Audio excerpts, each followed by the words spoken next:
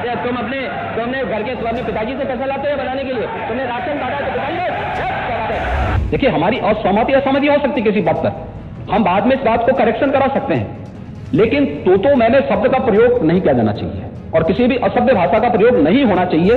जब एक सदस्य बोल रहा हो तो सदस्य के बीच, और खासतौर पर उप मुख्यमंत्री बोल रहे हो तो बीच में रनिंग कमेंट्री करना, बीच में धमकी देना, ये चीजें ठीक नहीं है और मुझे लगता है सदन की मर्यादाएं इससे आहत होती हैं। और मैं आपसे विनम्र अनुरोध करूंगा कि ये रनिंग कमेंट्री, बीच में धमकी देना, ये चीजें बंद होनी चाहिए। लेकिन सड़क किसने बनाई है, एक्सप्रेस किसने बनाया है, मेट्रो किसने बनाई है?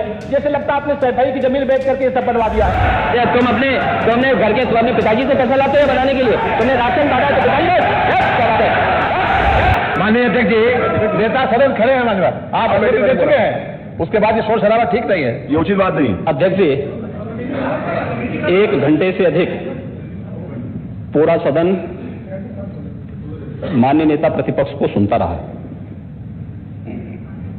बड़ी शालीनता के साथ उन्होंने अपनी बात कही, विपक्ष के नेता का जो दायित्व था उन्होंने अपने कर्तव्यों का निर्वहन किया, हम लोगों ने सुना।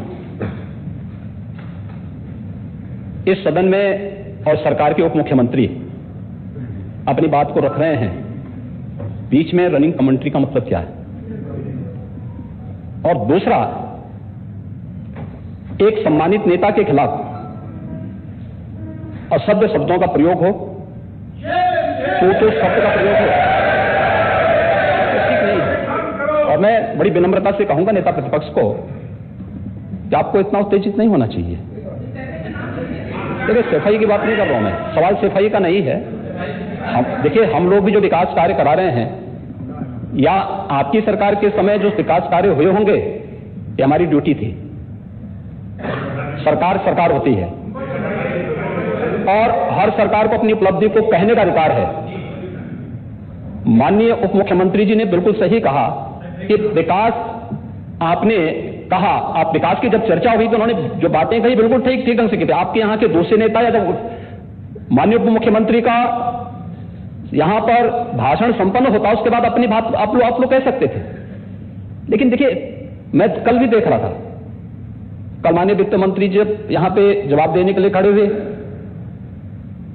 उन पर जिस तरीके की भाषा का प्रयोग उस समय किया गया, आज फिर हम देख रहे हैं। देखिए, लोकतंत्र में हर सदस्य को सदन में अपनी बात रखने का पूरा अधिकार है, और अगर आप कहेंगे तो कैसे इस बात की अपेक्षा रखते हैं कि इस पार से उसका जवाब नहीं मिलेगा? पूरे 1 घंटे से अधिक समय तक पूरा सदन और खासतौर पर सत्ता पक्ष से जुड़े हुए सभी मान्य सदस्यों ने आपकी बात को बहुत ध्यान से सुना। देखिए, सहमत होना ना होना अपना विषय है,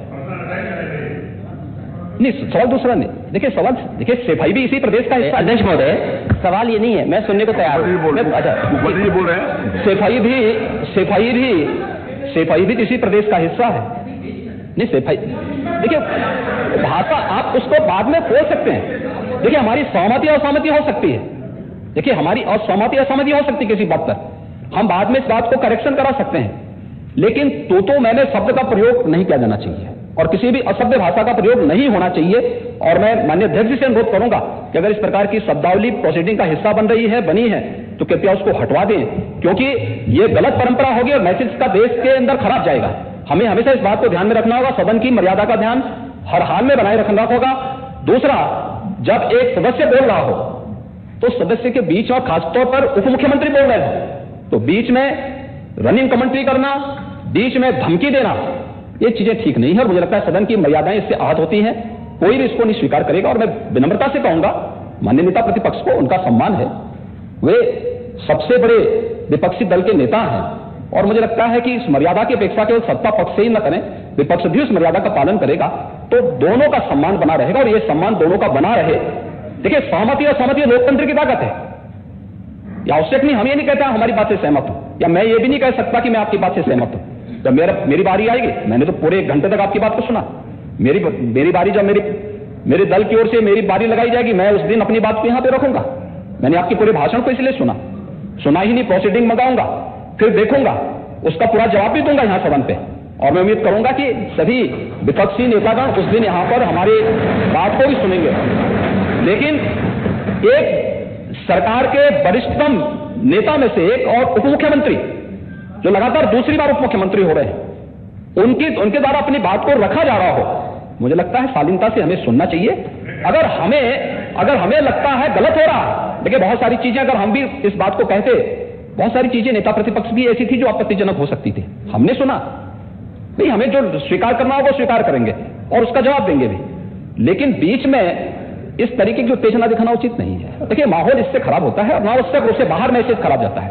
हमारे बारे में टिप्पणियां होती हैं, सदन के बारे में टिप्पणी होती है, हर एक सदस्य की मर्यादा भंग होती है और सदस्य की इसका सम्मान बाहर तार होता है, पब्लिक में इसका मैसेज खराब होता है और इस प्रकार की शब्दावली का प्रयोग न हो। अगर ये तो शब्द का प्रयोग हुआ है तो मैं आपसे अनुरोध करूंगा कि कृपया इसको सदन की प्रोसीडिंग का हिस्सा कतई न बनाने दिया जाए, क्योंकि ये आने वाले समय में नजीर बनेगा। फिर यही होगा जो इससे पहले सदन में होता रहा है, उस चीज को हर हाल में रोकना होगा। और मैं आपसे विनम्र अनुरोध करूंगा कि ये रनिंग कमेंट्री, बीच में धमकी देना, ये चीजें बंद होनी चाहिए। अच्छा होगा कि धन्यवाद अध्यक्ष महोदय, जो बात अगर नेता सदन ने कहा कि कोई अनपार्लियामेंट्री लैंग्वेज और वर्ड्स आए तो उन्हें निकाल दिया जाए, मैं भी सहमत हूं। लेकिन मेरा अध्यक्ष महोदय वही निवेदन ये भी है कि किसी को पर्सनल नहीं कहा जाना चाहिए।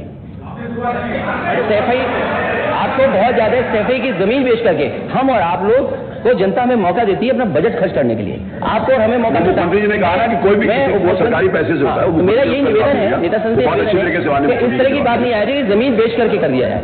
माननीय केवल मैंने ये कहा था कि जो आपके जिले के लिए जो 4 लेन बनी थी वो कैसे बनाई थी, माननीय उपमुख्यमंत्री जी, क्या बात है माननीय ध्यान रखना सब लोग।